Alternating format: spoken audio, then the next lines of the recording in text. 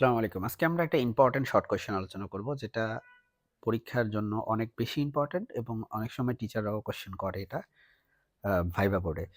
Why electron cannot exist in nucleus?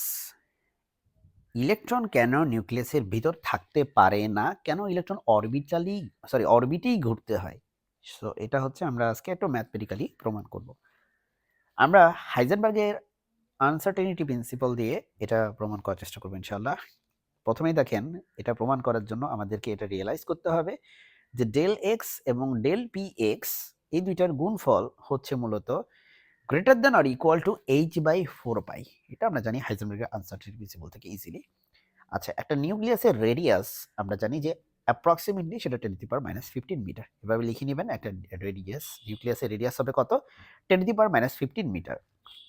Uncertainty in position if electron exist in nucleus, তাহলে electron যদি নিউক্লিয়াসের ভিতর থাকে সেটার আনসার্টেনিটি কত হবে? আমরা যদি একটা আপনার ধরেন যে একটা অ্যাটমকে, কথার কথা একটা অ্যাটমকে আমরা যদি ধরি যে অ্যাটমের নিউক্লিয়াসটা বৃত্তাকার বা গোলাকার, বৃত্তাকার তো না, গোলাকার, তাহলে সেই গোলকের ব্যাসার্ধ যদি হয় আর, এই যে আর এর মান হচ্ছে 10⁻⁻15 মিটার, তাহলে তার ব্যাস হবে 2r, ব্যাস হবে 2r।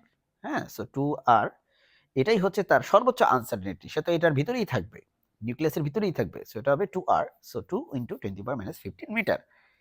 এবার আমরা হাইজেনবার্গের আনসার্টেনিটি প্রিন্সিপালে এই ভ্যালুগুলো, ডাটাগুলো বসাবো। সেটা হচ্ছে আমাদের ডেল এক্স, আর আমরা জানি ডেল পি মানে কি? ভরবেগের অনিশ্চয়তা, এটা হচ্ছে m × ডেল ভি, ভর ইন্টু বেগ নির্ণয় অনিশ্চয়তা। সো এখান থেকে আমরা ডেল ভি কে রেখে বাকি ডেল এক্স আর এম কে আমরা ডানে সাপ্লাই করব। এই যে এইদিকে সাপ্লাই করলে নিচে চলে আসবে ডেল এক্স আর এম। এই যে ডেল এক্স, এই ভ্যালুটা আমরা নিব হচ্ছে উপর থেকে, এই যে 2 × 10⁻15 মিটার আমরা যে বের করছি।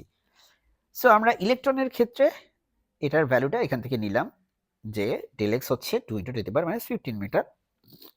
ভর হচ্ছে ইলেকট্রনের ভর হচ্ছে 9.1 × 10⁻31 কেজি। এটা মোটামুটি আমাদের সবার মুখস্থ থাকার কথা। এইচ হচ্ছে প্ল্যাঙ্কস কনস্ট্যান্ট, তার মানে এই মানটাও তো আমাদের সবারই মুখস্থ আছে কম বেশি, 6.63 × 10⁻34 জুল সেকেন্ড। তো সবকিছু আমরা এসআই এককে বসাইলাম, 4 পাইও বসাইলাম, বসাইয়া আপনার ক্যালকুলেটারে চাপ দিবেন জাস্ট।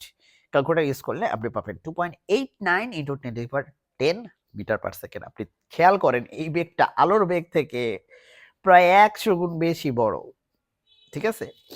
সো এটা, এই বেগ অ্যাচিভ করা সম্ভব না আমরা জানি। সো তার মানে যদি যদি ইলেকট্রনকে নিউক্লিয়াসের ভিতর থাকতে হয়, ইলেকট্রন তো নিউক্লিয়াসের ভিতর থাকে না, বা যদি থাকতে হয় নিউক্লিয়াসের ডাইমেনশন 10⁻2 × 10⁻15 মিটার, এই ডাইমেনশনের মধ্যে যদি তাকে থাকতে হয়, তাহলে ইলেকট্রনের বেগ হইতে হবে at least 2 × 2.89 × 10 metre per second, at least এর থেকে বড় হইতে পারে, ঠিক আছে? So which is impossible. That's why electron cannot exist in nucleus.